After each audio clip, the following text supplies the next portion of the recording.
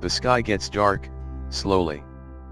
Mao Dun Literary Prize winner Joe Daxon's latest novel to be published, The Sky Gets Dark, Slowly, is a sensitive exploration of old age and the complex, hidden emotional worlds of the elderly in a rapidly aging population. In it he writes, "Many elderly speak as though they know everything, but of old age they are in fact as ignorant as children. Many elderly are in fact, completely unprepared for what they are to face when it comes to getting old and the road that lays ahead of them. In the time between a person turning 60 years old, as they begin to age, right until all the lights go out and the sky gets dark, there are some situations to keep in mind, so that you will be prepared for what is to come, and you will not panic. 1. The people by your side will only continue to grow smaller in number. People in your parents' and grandparents' generation have largely all left, whilst many your peers will increasingly find it harder to look after themselves, and the younger generations will all be busy with their own lives. Even your wife or husband may depart earlier than you, or than you would expect, and what might then come are days of emptiness. You will have to learn how to live alone, and to enjoy and embrace solitude. 2. Society will care less and less for you. No matter how glorious your previous career was or how famous you were, aging will always transform you into a regular old man and old lady.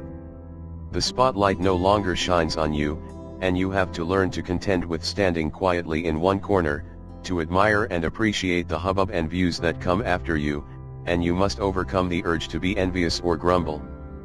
3. The road ahead will be rocky and full of precarity. Fractures, cardiovascular blockages, brain atrophy, cancer, these are all possible guests that could pay you a visit any time, and you would not be able to turn them away. You will have to live with illness and ailments, to view them as friends, even. Do not fantasize about stable, quiet days without any trouble in your body. Maintaining a positive mentality and get appropriate, adequate exercise is your duty, and you have to encourage yourself to keep at it consistently. 4. Prepare for bedbound life, a return to the infant state. Our mothers brought us into this world on a bed, and after a journey of twists and turns and a life of struggle, we return to our starting point, the bed, and to the state of having to be looked after by others. The only difference being, where we once had our mothers to care for us, when we prepare to leave, we may not have our kin to look after us. Even if we have kin, their care may never come close to that of your mother's. You will, more likely than not, be cared for by nursing staff who bear zero relation to you, wearing smiles on their faces all whilst carrying weariness and boredom in their hearts.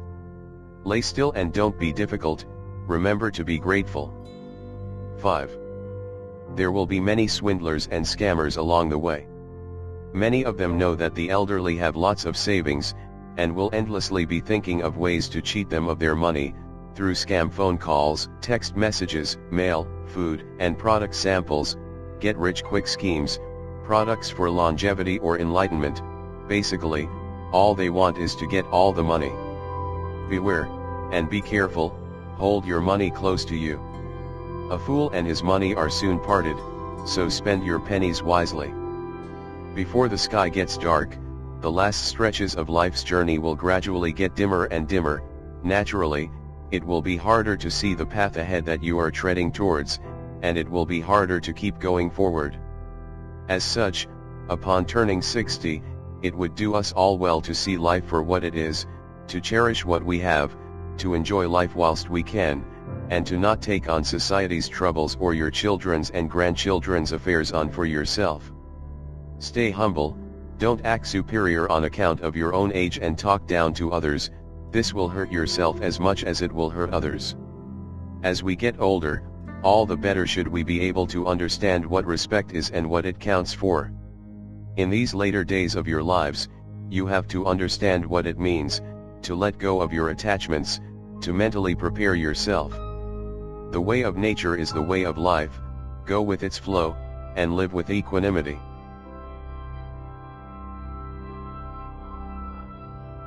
For all of us, a nice read, very beautiful, very true.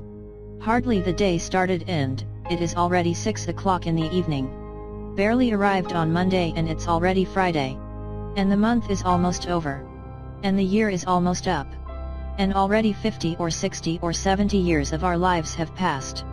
And we realize that we lost our parents, friends. And we realize that it is too late to go back.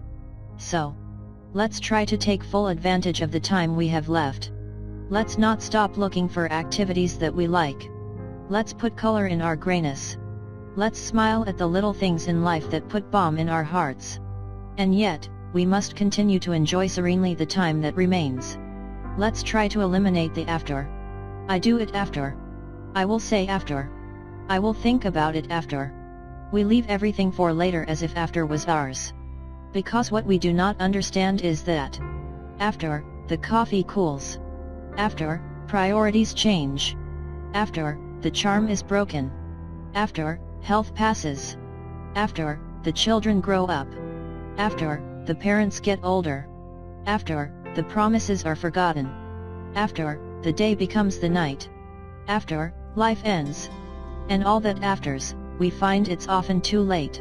So, leave nothing for later. Because in always waiting for later, we can lose the best moments. The best experiences. The best friends. The best family. The day is today. The moment is now. We are no longer at the age where we can afford to postpone until tomorrow what needs to be done right away. So let's see if you'll have time to read this message and then share it.